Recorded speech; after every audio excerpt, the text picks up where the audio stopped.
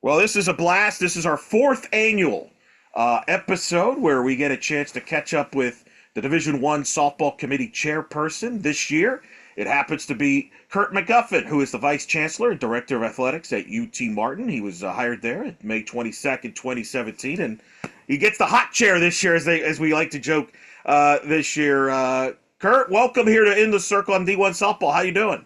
Well, I'm great, Eric. Thank you. We're excited to start getting this thing put together and excited for the finish of a school year and just ready to get going. Well, tell us a little bit, first of all, how you ended up getting, for those that may not be aware, how you ended up getting the committee chairperson, because you've been around softball and in this process. So just tell us a little bit of the background and how you've got to this position. Yeah, I think it's always important. I've been an athletic director now for about 13 years, but I think it's always important to represent your school, your conference at the national level. And I've been fortunate when I was a Division II athletic director to be on some NCAA committees, and that's carried over to being a Division I athletic director. I served 2 years on the women's basketball committee prior to the softball committee. They're a little different committees in nature, but the end goal is to do this the right thing and put on a good tournament and get the right teams where they need to be.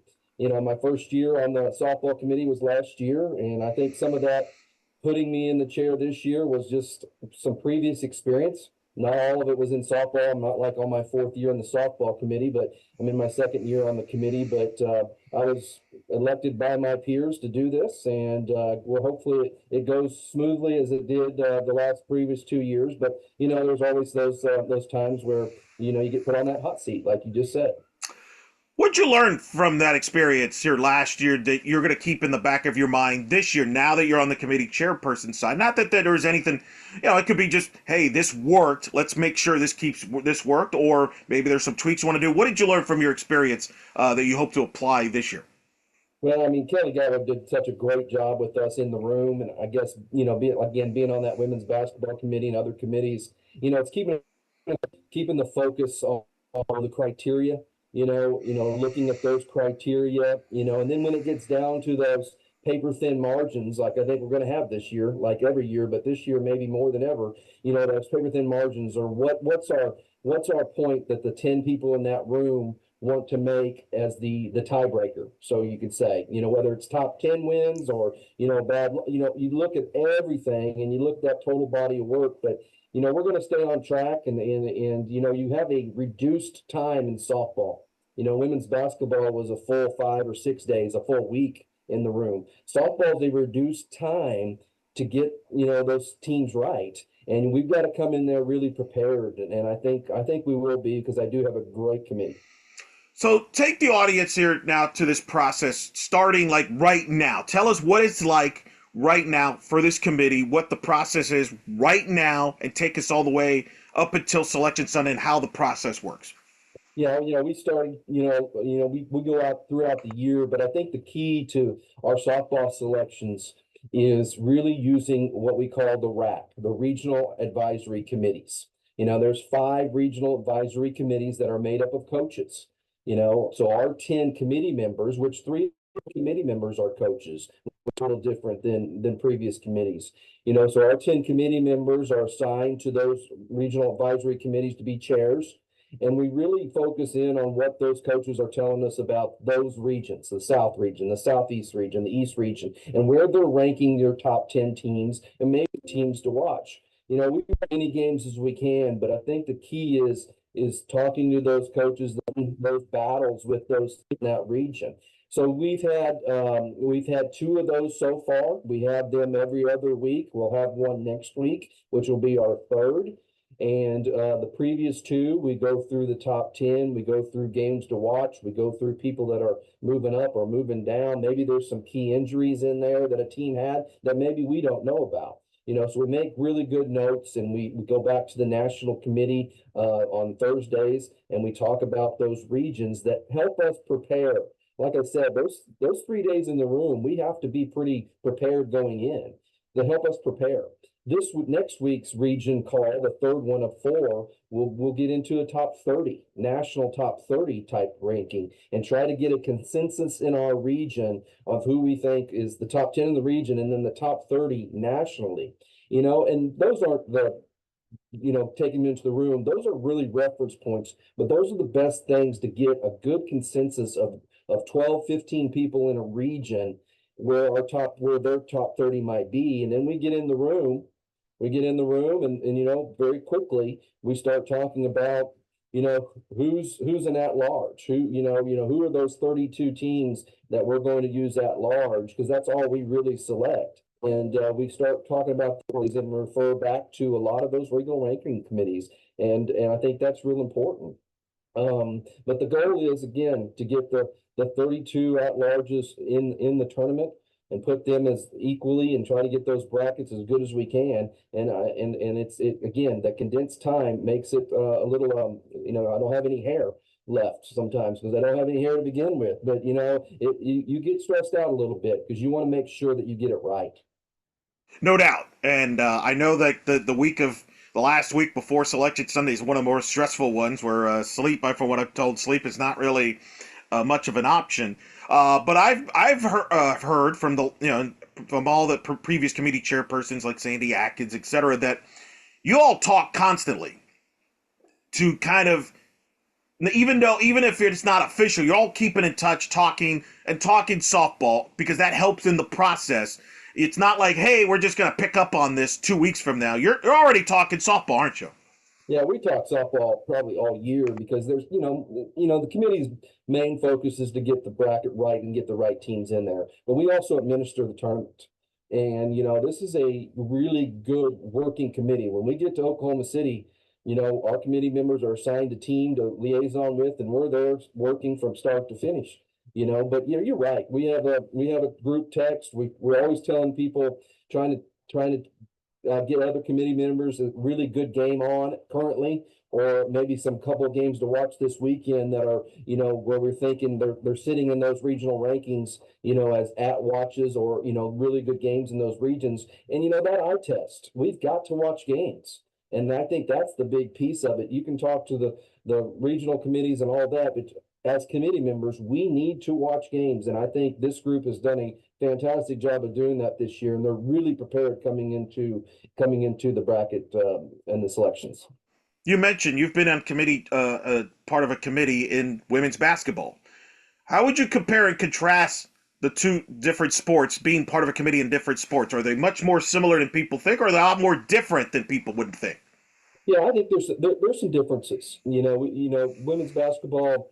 When you're on that committee, you're assigned conferences to talk to instead of doing a regional advisory committee. You're assigned a conference to talk about their teams and gather your thoughts on their teams, and you report out about each conference. For instance, I had 3 conferences that I was supervisor for, and I would report out to our committee on those teams that we thought were those at-large spots in for each conference.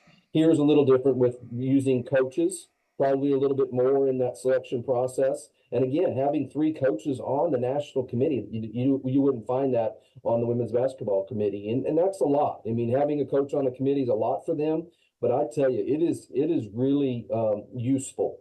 The things that they bring to the table, not necessarily about maybe the bracketing and all that, but the things they bring to the table about administering the tournament, administering and what teams need when they get to practice sites, what teams, and doing it fairly, because coaches have that they live and breathe it every day. I try to live and breathe it most days with being the chair of the committee, but that's hard because we have other jobs. They're living and breathing their sport every day.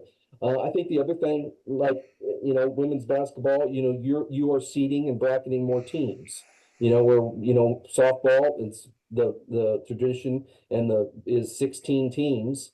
And then we try to, do the regional piece of that, without having another conference. You don't have 2 teams from the same conference going to a regional, and you try to stay within the least amount of flights as possible. So that's a little different. And then, like I said, even the selection process where softball is 3 days, where women's basketball is more than 3 days to get those teams right.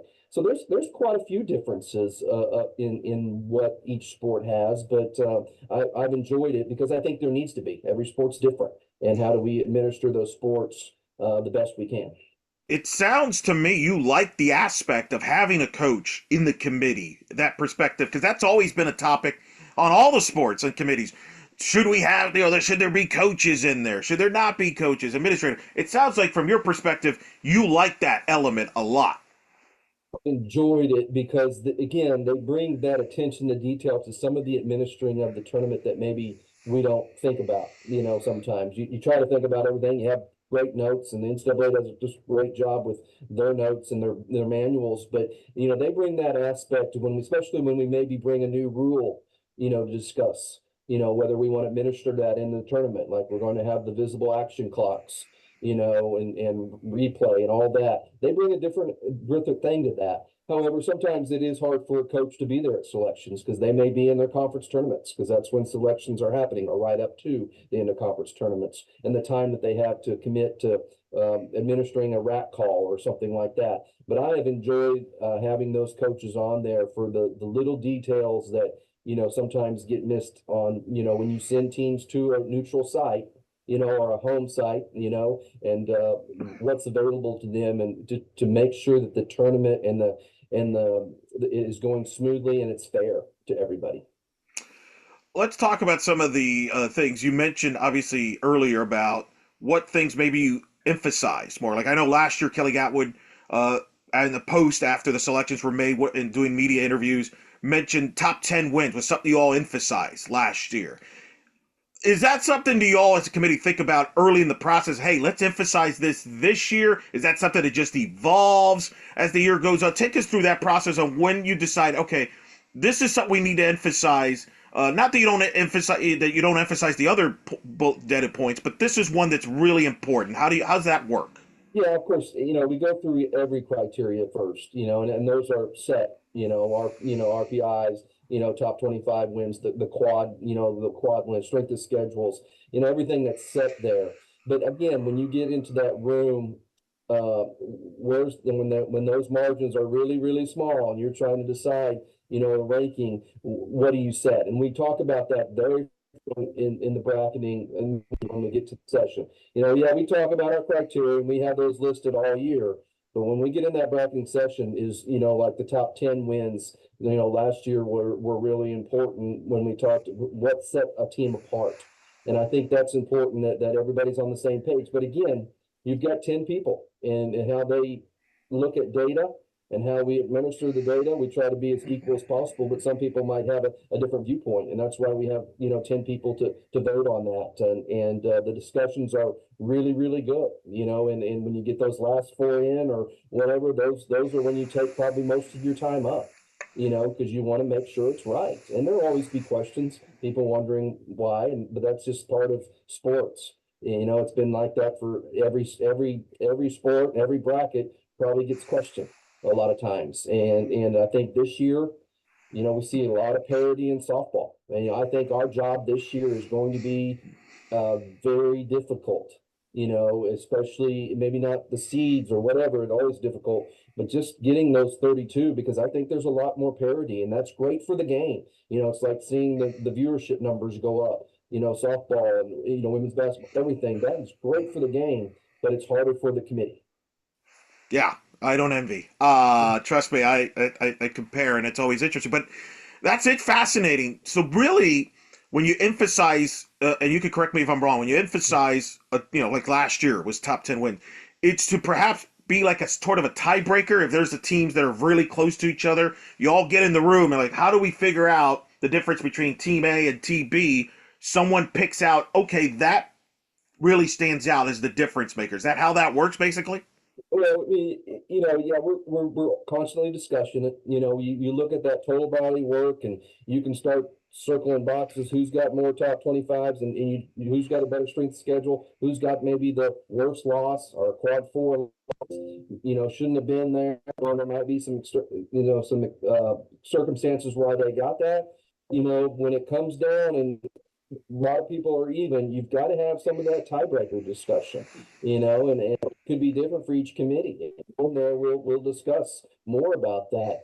But really, we really concentrate on the set criteria to begin with to make those moves. But let's face it, you're going to get down to those one or two that are basically equal. You start circling boxes and you're like, gosh, they're equal. You Yeah. know, they got 12 top 25 wins. They got, and you try to go, okay, where do we look back at to compare? And the more data, the better, in our opinion, and so that we can talk about it and come to a conclusion with all 10 members.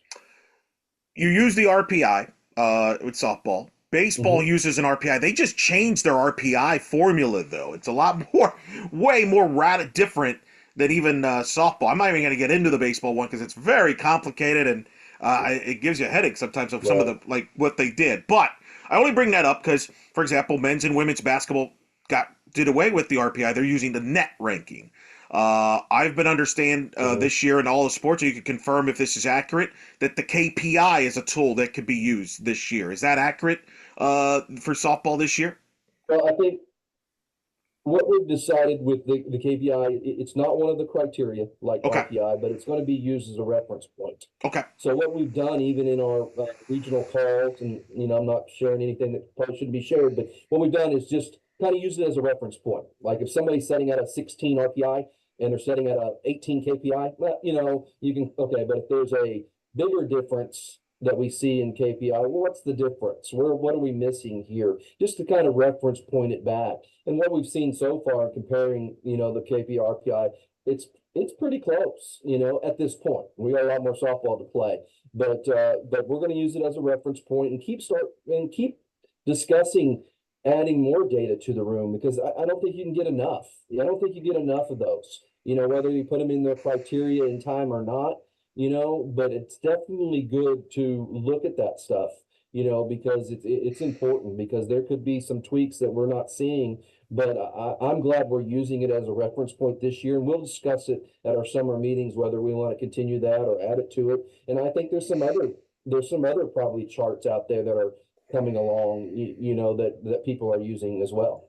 I 100% agree with you. I've been a proponent of more information than just narrow it down because this is a hard process to begin with. So why not have as much more information as you can? Why not have more data points? Whether it be a KPI, there's a DSR now that's been built. More information to reference, not to. And I think that's a barely. I agree with you 100%. I really am glad to hear that because I do think that could help everybody. Be a little easier job if you just have more information. I think it's just kind of common sense for me, but I'm glad to hear that. And you said maybe that could be discussed in the summer. Yeah, summer meetings are when we apply some things, when we want to go ahead and make them permanent. But that's when we talk about those. But I think it's been good so far. I Yeah. think it'll be nice when we get into the room, how much we reference back to it, just to make sure we're okay. Where's the big, if someone's got a 10 or 12 or 13 difference, what was that difference? Yeah. Yeah, and I may need somebody smarter than me to help me, get those numbers. Too many numbers in the room, but I think that's real important. I'm glad you agree with that because I think this committee for sure likes that and likes to get it so that we're trying to make the right decision. Right. Because if there's, let's just say you use 3 or 4 data, systems that pretty much are agreement with the ranking and maybe agree with what you saw from that team, then that makes you feel much more confident about making that selection. And then on the other hand, let's say they do disagree. Now you're going to maybe look closer at that team and say, why is there a disagreement, and what stands out. So I think in a way it just makes the easier process. So that's good to hear. So I'm fascinated to see how that plays out. And I think, Eric, it'll help coaches going forward too. Yeah. Because strength of schedules or how do you schedule? That's always been kind of the crapshoot sometimes. But I think it'll help them understand, the process a little better, and I think that's important. Let's talk about conference standings, because I've been told in the past that that is not something that you look at and say, okay, well, this team finished first or this team finished second in the conference, so therefore they're ahead of the team that's, say, fourth. Because sometimes we've seen where teams are seated higher than another team, even though they didn't finish higher than them in the standings. And the explanation I've been given is you look at all of them in a teams in a pool. You don't look at it as conferences. You're just trying to pay. So just kind of clarify that, expand that for the audience, because that's a popular question that I get asked all the time. And once again, I got asked this year about that. So just kind of explain that for the audience. I mean, you have a few places where you do compare teams when it comes, or teams within a conference when it comes down to maybe something like seeding or anything, but the head to head and the common opponent type thing. But really, once we get into the room, the conference standings are out. We look at the total body work for each team. Again, and I think that's real important, and how they did against top 25, top 50s, the strength of schedules, all of that goes into that. But we don't look at per se a conference standing with someone finished, 12-6 and someone finished 10-8. There could be a chance that why, and so we always got to look at all that. But really, it's all about the criteria. It's all about empty slate when we get into the room and using all the data that we have.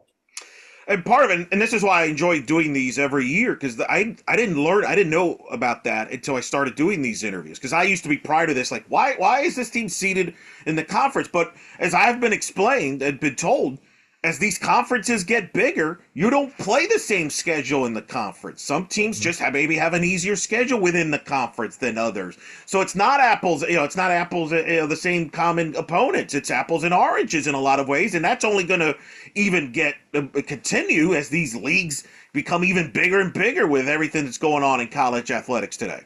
Yeah, that's why you look at the full season. And you're right. Everybody doesn't play everybody in some conferences. Where do they play them, and all of that, those circumstances. But yeah, you're right. It's going to be a little more difficult as these conferences get bigger if they don't play each other. So that's why we throw that out and we look at the criteria that's set, and we go with that. One of the other ones is the 400-mile radius. That is obviously something that gets brought up a lot. Explain to the audience about why that is in place, and kind of what you as a committee, because some people think that, well, this is your idea. It's not. It's what you have. It's what the NCAA tells you, okay, work within these parameters. So explain the challenges of putting a bracket together, but you also have to keep in mind that certain teams, like you mentioned, this is not basketball where you seed everybody. You only seed 16, and then some teams are, quite frankly, going to be put in a regional based on geography.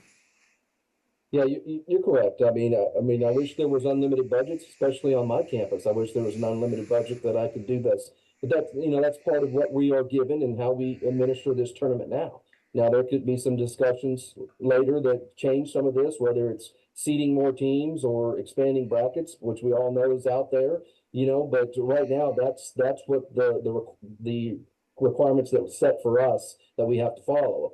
So, the 400-mile radius. Obviously, we don't put two conference teams in the same region.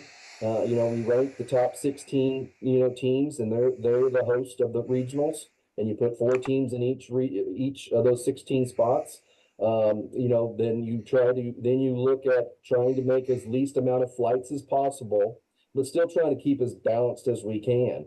Which is a little more difficult maybe here than other sport, basketball maybe, but we try to do that, and it's probably not, it probably gets the most question, and we understand that. But I think for the most part, we really look at it more than people think. We don't just come back and say, oh, here it is. No, we look at making sure it's as equal as we can.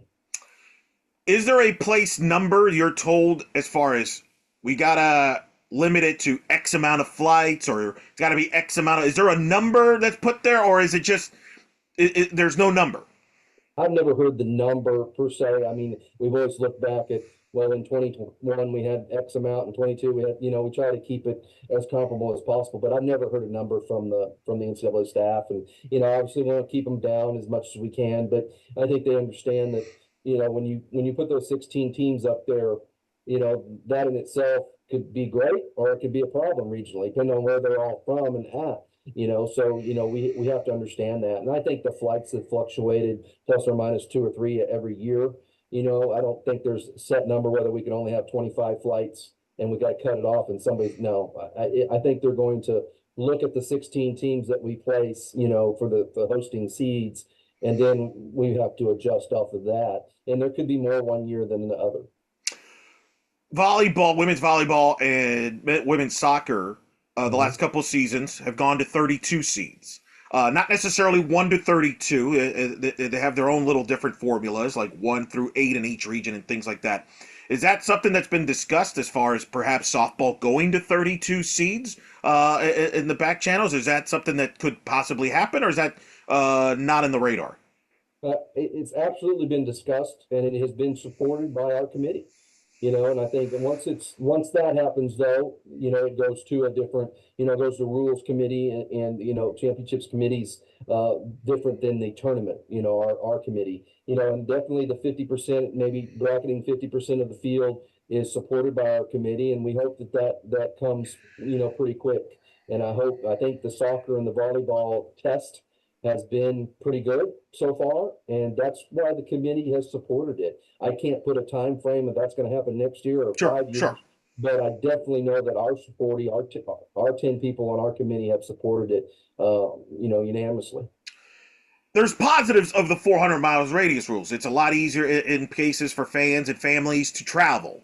And you mentioned the budget, so let's understand that. But I think the one criticism, or something that maybe frustrates some of the audience is with the 400 radius, sometimes teams get placed in that same regional, multiple years. Is that something that is in the back of committee's mind? Like, oh, we set this team like the last 2 years they've played there. Let's not do that if we have that opportunity to maybe send them somewhere else. Maybe this team has 3 places they fit in the 400. Instead of sending them the same place, let's send them somewhere different. Obviously, there's going to be cases where you have no choice. That's the only place they can go. But is that something that's discussed? Is that brought up as far as a team that's been repetitive heavy? Because I know coaches, when they've told me, that's the thing that frustrates them about that is they want the student athlete to have a great experience, not the same experience they're used to maybe during the season or the year before. Is that something that's a factor discussed in the room? Absolutely, and I think it happened last year, where you've got 2 quality teams that have, you talk about someone going every year going to the same place, whether they're 1 2 seeds or, usually that's when it kind of happens. The 1 Yeah. and 2 seeds that are at the, top, there that get, oh my gosh, we got to send them there again. We've talked about it a lot. And when we come back and look at the brackets, we're like, okay, they went there last year. Is there any other place we can send them? Because you're exactly right. You don't want that every year because that's the experience factor. It's just something to, I think it would help us grow our game if we didn't have that, so that people don't think that that's going to happen every year. So, we definitely look at it and discuss it a lot. No, it's good to hear. I think some people will be happy to hear that because that was another point people brought up. When you look at a team, and we've seen this in other sports, injury sometimes happens. The roster changes for various reasons. So maybe they're not the same team today that they are February. We saw this in football. Obviously, that was a hot topic with Florida State losing Jordan Travis and whether, the impact of that. And that's obviously apples and oranges. It's a different field for a team. That being said, how much is that an impact when you look at a team? Hey, this team really, either played really well early in the year, but have struggled. They're not the same team because of injuries or whatever happened to the roster changes. Or, the opposite way. Maybe the team struggled early, but they're a different team now because maybe they got somebody back from an injury or whatever. How much is that? Does a committee look at that when it comes to a team's profile?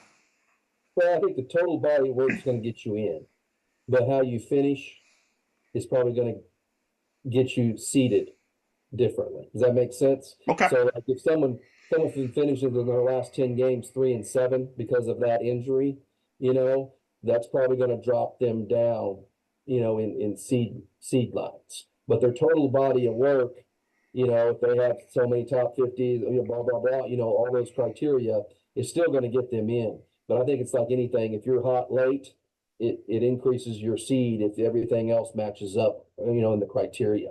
But if you're not, and if you have an injury and you finish, like I said, 3-7, your last 10, it's probably going to drop your seed down some, based on that. So you look at that. We don't necessarily say, oh, that injury is going to cost them to, lose the next 2 games and they're going to be out right away. No, they earned it throughout the season in order to get into the tournament. But just it's like anything. If you slow down late, your seed's going to drop. You see that in basketball and every Sure. sport all along. Your seed's going to drop if you go 3-7 in your last 10. Or vice versa. Maybe your seed Or goes vice up versa. if you finish Your drop, seed's gonna right? rise.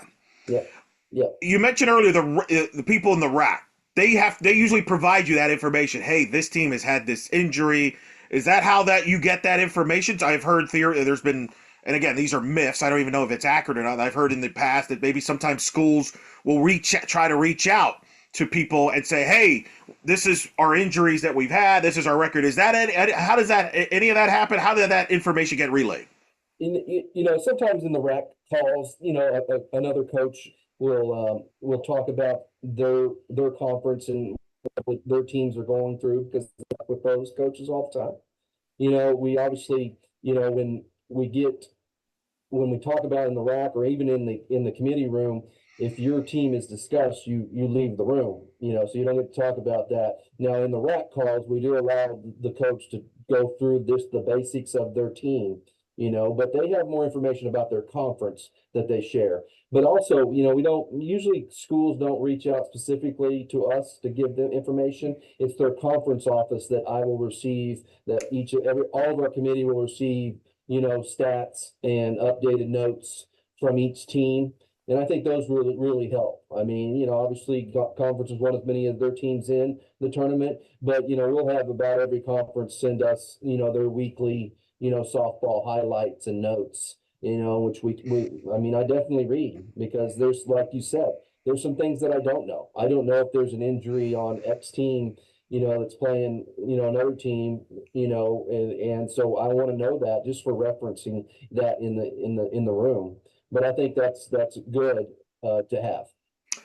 Something that somebody had multiple people actually told me that back in February when I was in Clearwater for the tournament, that if I had you on this year to ask you this and ask future committee chair, because I never thought about this until this year, because Mother Nature this year's been interesting, to say the least. And boy, was it interesting this year in Clearwater, washing out the last couple of years. I only used that one as an example because there's usually a lot of more important games, marquee games played there that were not played as a result. And a lot of times teams built their schedule. That's a big part of it. How much does the committee look at a fact, maybe a team lost 5-6 games due to Mother Nature and they intended on play, and because that impacts your schedule rankings, it impacts all the data points. How much do you look at that as a committee member? Like, well, this team kind of is got a hand behind their back because maybe they lost 5-6 games beyond their control. Yeah, you're definitely going to discuss it. We're obviously going to use the criteria that are set in stone, but it's kind of like the eye test and the other discussion points that you talk about. You've got to throw that in there. I think we've had more ties this year too. Yeah. People that had to get away because of travel requirements, or like you said, weather came in. There's been some ties, and how do we allocate those into the system? But definitely discussion points that we'll have based on every year. It's an outside sport.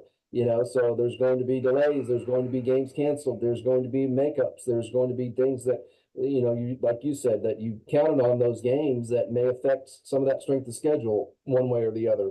So yeah, we will discuss that with those circumstances, something like that. Yeah, I mean, we've seen more and more of that this year with games against top 25, top 50 games. I mean, because that's part of how you make the resume. And some teams like, well, we there's nothing we could do, and that's the uncontrollables.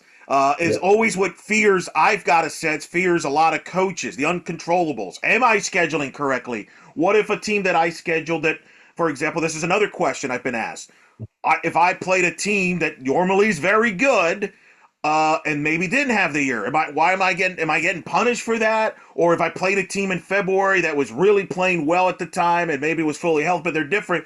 It's interesting the concerns that the coaches and people have when it comes to this type of process. How would you react to some of that? Well, that's every sport. I'm sitting here as an athletic director trying to schedule for my teams, football. You think, well, we're going to play this team because they've always been in the top 25. But guess what? They go 3-8, and you're like, well, so it's every sport, and it's you hate to say you would like it to be easier to schedule, but some of it is a crapshoot, because you're thinking you're going to schedule a team that has traditionally been pretty good, and they fall off the table. But guess what? That criteria is off this year. So it's difficult to schedule. And that's hard because everybody says, well, you need to schedule this way, this way, this way. And you do, and something falls through, and it does hurt you sometimes, because you didn't think that they would be as bad as they were or fall off like that. But scheduling is difficult, but we've got to go off the criteria that's set for this year and apply it as such. You have to obviously have 16 hosts. You've got to pick the at-larges, and you got to seed them. They're all challenging. All of them. All three aspects of that is challenging. Mm-hmm. But is there one of those three in particular that you have found either from last year or you're anticipating might be even more challenging this year, where you might have, hey, we're going to probably have to spend some extra time in the room. There might be some arguments. Is there one of those three particular that you think either may happen or just from your experience think is the more challenging one? Well, I think all pieces, without looking at everything right now, there's usually one that you think will be easier this year that doesn't end up being easier. But, I think the challenging part about softball is what you just said, getting the 16 right, and the eight are important too. We all know that. But eight, 16, getting the rest of the field correct. And again, with what I'm seeing that's been so different this year, the parity in this year is going to make that more difficult. So we're going to have to really do our homework work and be prepared because I think the 16 will be more difficult this year. I do. I think just getting the last few 4, 5, 6, 7, 8 in, because I think there's going to be a lot of teams, those first 4, 8 out, that are going to be. I think we're going to have to compare more teams this year. Yeah. And it may take a little longer into the night, because I think we're going to have to compare more teams because I think there's probably enough teams to get in that could be in on any other given year, but the parity is so much better this year. And I think that's great for the sport. But again, like I said, it's going to be harder for the committee. I've heard in talking to committee members and committee chairs in the last couple of years, in particular, Gatwood brought this up last year, and Sandy Atkins. Their main concern in the future is with these conferences getting bigger and bigger, the challenges of putting a bracket together. Because you mentioned you're trying not to put two teams in the same conference. You cannot do that in the same region. Well, it gets getting harder when you have, for example, I think the SEC is going to like 15 teams next year, et cetera. Is that a concern moving forward within the committee as far as building this resume where you're going to have one league that has 13, 14, 15 teams, whatever, versus a conference that maybe only has 7, 8 teams? Is that something that's a concern moving forward and making more challenging? Absolutely, based on the parameters we have on how we do our bracket. I think every sport's worried about that. Even the basketballs, with the team expanding and getting them not in the same regions or whatever. But we definitely are because you got some, the Power Four conferences, that traditionally get a lot of teams in. Bracketing the way we do it could be very difficult, and not having them in the same region. You're definitely right. So we have talked about that, and that's going to be a big summer discussion, as well. I know basketball, there was a lot of chatter about will the tournament expand? There's been back and forth on that. You obviously have seen that up close, has been involved on the basketball side. Has there been any conversations about potentially softball expanding the tournament, or has that been pretty much not brought up quiet? No, there is discussions because I think just the first is that seeding more of the field. The second is potential expansion of the bracket, and I think the committee is interested in that. I think what we've done and seen so far as some of the models, is really with the NCAA and as far as finance committee and seeing if it's feasible to do. And the other part of that is if we happen to expand it, could we fit it in the time frame we have, to Right, get the tournaments done? right. And you talk about expanding brackets. We're traditionally, a double elimination sport, correct? So what do we do about that? So there's a lot of discussion about it, and we just want some more information to truly make a decision. We've asked for a few models, and how much the cost would be, the factor of that, but also just some of the like I said, the logistics of it and how that works. I want to ask about you. What got you interested in getting into administrative in college athletics and then eventually getting into the committee here for softball? Can take me through that journey for you. What got you interested in college athletics, which, by the way, what a time to be in it. It's adventurous right now, but you're a part of it. What got you interested?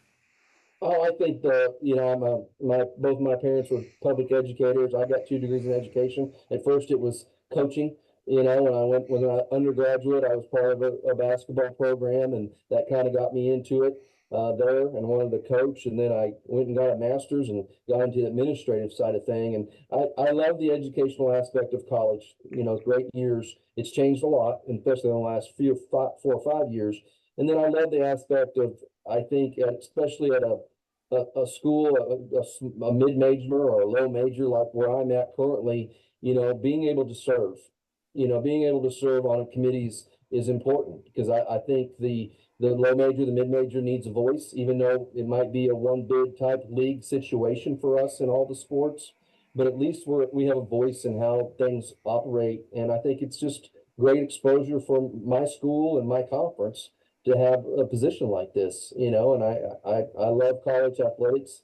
Some things we can probably sit here for another hour or two to talk about the way it's going, where it's going in some aspects. But I still think the mission is correct, and that, get a kid's college degree to better themselves, and I think that's real important. And that's probably who I am. Do you remember when you were asked to join the softball committee? What was that like? And what was it that got you intrigued to join the softball committee? One, I was on women's basketball for the previous 2 years, so the COVID year, and then the next year was we talked about reappointing me for women's basketball. Okay. But I had a son that was going to be a senior. He's a senior this year, but he was playing a lot of basketball, and I was missing a lot of his games being on the women's basketball committee. And I said, well, if there's a committee I could transition to, to be on in the spring. So our OVC commissioner said, "Hey, softball is opened up. Would you want to transition over there?" And I said, "Absolutely." So I got on the softball committee, and it's been wonderful. The NCAA staff and the committee is great. And that was because my son didn't play a spring sport. Well, this year, his senior year, he decided to play baseball. Of course he did. Missing all his baseball games, being on the softball committee, but it's still good work, and I enjoy it. He decides to play the year where you're gonna have like committee chair responsibilities. I Of course. watched every basketball game, but now I'm missing some baseball games. Oh man, unbelievable. Couple more things, and we'll let you go. No problem. Facilities.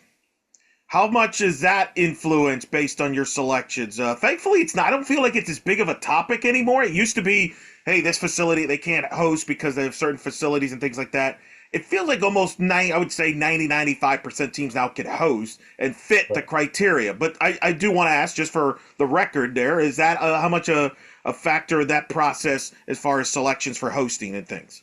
It could be, but the NCAA and Kelly Whitaker specifically for softball, and the NCAA staff does a great job with, getting the bids. You got to put those in time, whether you can host or not, and have the criteria that you are required to host, whether it's a hitting facility adjacent to the stadium, 4 locker rooms. You got to have 4 locker rooms close to the stadium. So those criteria are set. And most of those schools, they know it, and they have a checklist that they go through. We don't spend as much time on that as we used to when I was, especially on a D2 committee back before, because if you put in a bid, you got to have that checklist pretty much filled up, because you won't get it.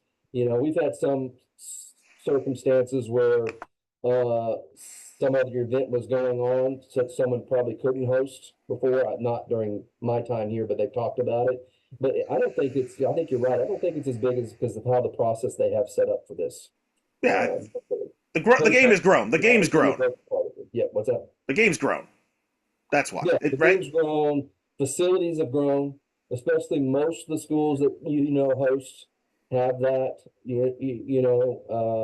So it used to be some people didn't have lights, right?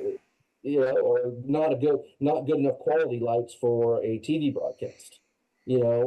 So I think that's mostly gone bye-bye at our level. When you joined the softball committee and as you got into it, did you have like, hey, we did this in basketball, or I've got friends who did this? Do you pitch ideas that, hey, maybe this makes the process better? Or was it, I'm always fascinated when you've been on committees of multiple sports. Do you try to like, well, this worked for this sport, maybe that could help this process here? Or do you kind of keep them separate no matter what? I think there's separate criteria, but I think the committee work is very similar. I've enjoyed being on committees because of the process that NCAA has set up. especially in the selection room. You know, the computer system that we use, the voting system that we use is really good. You know, that you can take 10 people and vote and put, you know, who they vote for, and there could be some differences, and then that discussion. It's pretty high tech in what we do in the room. But yeah, you know, being on committees, you look at all of them, you know, and I've enjoyed the different pieces of them all. You know, like I've talked about, the coaches being on the softball committee was different for me. I've never been on a committee with coaches, but I've enjoyed it, and I can see how something similar, whether it's a liaison board or something, you know, to help. Obviously, the time frame for basketball is more than softball, and, you know, and so those are just different nuances, but you know, they're really set up to really well to get the right teams in, and everybody that's on a committee that I've worked with, and the networking that you get to do, it's high level, and I've really enjoyed it. What is something that's going to maybe keep you up at night for maybe as we get closer to this? Not necessarily about the process or the at-large teams or the resume, just as being the committee chairperson and your role in that. What is something, couple things that you're thinking, all right, I got to make sure as a committee chairperson I do this. Nothing to do with as far as the teams itself, just your job and running that committee. I think running the committee initially in the room is keeping us on track. You know, that short time frame, keeping us on track, you know, moving to the next spot, making sure every discussion point is consistent. You know, that we're not bringing something in later that we didn't select somebody before. So that's number one. And then as the tournament gets started, you know, you just worry about, you know, weather delays, and you know, it's an outside sport, but getting teams there, having a good experience, you know. And then Oklahoma City again, the weather delays and things that could happen. Hopefully they don't. We didn't have a lot last year, and it really ran pretty well. And just making sure that our student athletes and coaches have a great experience throughout the tournament. You know, you don't want any bad spots to come about, you know, that we get called out on, you know, whether it's social media or everywhere else. You want to make sure it's ran as perfectly as you can. And there'll be some times you have to make decisions, but you know, if you're consistent with that. But I'm excited for the room. There's a lot of softball to be played. I think we'll do our best to get it right and use the criteria that we have. But you know, it's definitely hard work, and I enjoy it. But we have a great committee, and I think we'll get it as right as close as we can. Well, and the exciting thing about it is, you know, because I've had people tell me this, the beauty of the process is so much better now than it was, say, 10, 20 years ago, because 10, 20 years ago, you probably had to go and travel to see a team with your own eyes. You don't have to do that anymore. Pretty much you have the disposal about every team. If you wanted to watch a team on the bubble or a team that's hosting, just turn on a stream device, right? Like whether it be an ESPN Plus, whether it be whatever, you have all that in your disposal and can do that from your house, and you have more of that as an on your disposal than maybe even like committees did 10, 20 years ago. So in a way, and look, as somebody told me, listen, at the end of the day, our job is to watch softball. It's not the worst job in the world. Yeah, that's absolutely right. You know, the NCAA does such a great job of allowing us. If we don't have, I mean, most people have ESPN Plus in our business, but you know, if we don't have Flow Sports or Right. any other conference, you know, network, they allow us to purchase that and watch the games. Again, the regional advisory committees do a great job. The conference offices sending us notes and materials. You know, there's a lot to go through. Again, adding KPIs, just a reference point, more data that we get. So I think you're right, Eric. I think you know, I don't know if I was on one 10 years ago, but, you know, I think 10 years ago or 20 years ago, you know, it's totally different. We have a lot more information and right at our disposal. We can do the eye test more and be prepared probably a lot more than what has happened before in the past. My last point is really not even a question. What would you want to say to the audience that's out there, to coaches and players that maybe are going to listen to this? What's a message you want to send out to them about this, the 2024 Division One softball committee? Well, they're just doing such a great job. Again, there's a lot of teams that, you know, are playing hard, and the parity is great, and we're going to do our best to to select the best tournament possible. And I'm really excited for it. I know our committee's really excited for it, and a lot of work to be had yet, but we're going to get in the room and make it a great experience. That's Kurt McGuffin, the Division One softball committee chairperson. Of course, he's also the vice chancellor, director of athletics at UT Martin. thank you so much for doing this. You answered all the questions. I know it's something that our audience always loves this type of deal because they want to know and get information. I think I always feel like it's my responsibility to get the word out and how this works so people understand it better. Maybe they won't 100% agree with every selection, but at least they understand the process and everything. Whereas I don't think that existed 10 years ago, and I know you're a big part of that this year. Thank you so much for taking the time from your busy schedule and talking at length about this process, which is so fascinating. Good luck the rest of the way. Maybe we'll catch up down the road afterwards and see how it went. But in the meantime, good luck, and thanks for joining us here on In the Circle on D1 Softball. Eric, thank you. Thanks for all you do for softball. Appreciate it.